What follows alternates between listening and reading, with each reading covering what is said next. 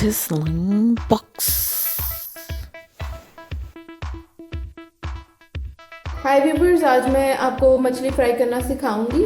और मैंने मछली को पहले से बेसन लगा के उसमें 1 चम्मच सिरका लगा के, सफ़ेद सिरका लगा के उसको मैंने रख दिया फॉर 1 आवर। इस तरह जो मछली की जो स्मेल होती है वो ख़त्म हो जाती है। मैं जब धोऊंगी तो मैं आपको मछली दिखाऊंगी। हाय व्यूवर्स, अब मैंने मछली को धो लिया है पानी से। इसको मैंने बेसन लगा के रखा था और मैंने मल के इसको धो लिया है। मछली वाले पहले से नमक लगाते हैं, तो मैं काला नमक यूज़ कर रही हूँ। मैं थोड़ा नमक अब यूज़ करूँगी, आप हस्ब ज़रूरत नमक लगा सकते हैं। अब मैं लहसुन अदरक का पेस्ट लेंगे 2 टेबल स्पून, 2 नींबू का रस, 1 टेबल स्पून हम लेंगे सूखा धनिया, 1 टेबल स्पून ज़ीरा और 1 टीस्पून हम लेंगे हीपफुल अजवाइन। 4 to 5 टेबल स्पून हम लेंगे बेसन, 1 टीस्पून लेंगे सुरख मिर्च, हाफ टी स्पून हल्दी, नमक हस्ब ज़रूरत। मैं काला नमक यूज़ कर रही हूँ, आप चाहें तो दूसरा भी इस्तेमाल कर सकते हैं। पर सब हम सारे मसाले लेंगे और उसको मैं ग्राइंड कर लूँगी। सूखा धनिया, ज़ीरा और अजवाइन, इन सबको मैंने ग्राइंड कर लेना है। अब हम सारे मसाले लगाएंगे। मैंने लहसुन अदरक का पेस्ट डाल दिया और जो ग्राइंड मैंने मसाले किए थे वो भी डाल दिए। मैंने नमक, मिर्च और हल्दी भी डाल दिया। अब हम इसे हाथ से मिक्स कर लेंगे। व्यूवर्स, आप चाहें तो सोया सॉस इसमें डाल सकते हैं 1 टीस्पून, ये ऑप्शनल है, इससे ज़रा टेस्ट ज़्यादा अच्छा हो जाएगा। मैं यूज़ कर रही हूँ, आप चाहें तो यूज़ कर सकते हैं, चाहे तो ना यूज़ करें। इसमें मैं नींबू का रस डालूंगी।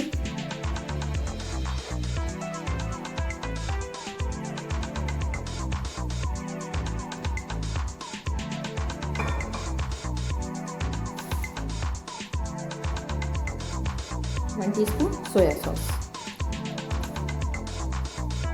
अब जो है मैं बेसन जो है मैं सिर्फ ऊपर स्प्रिंकल करूँगी।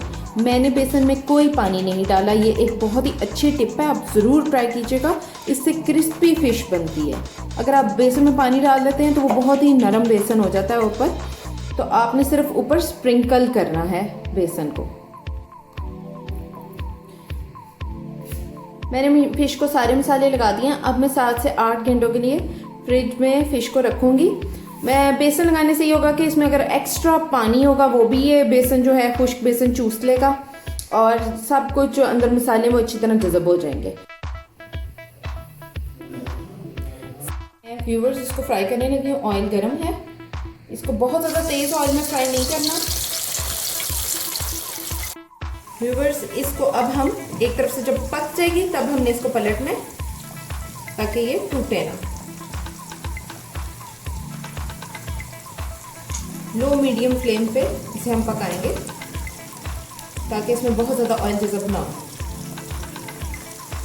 और अगर तेज़ फ्लेम, बहुत ज़्यादा तेज़ फ्लेम में नहीं बनाएंगे ताकि ये जल ना जाए। ये आप देख रहे हैं ये कुक हो गई है। इसे मैं डिश आउट कर दूँगी पेपर के ऊपर।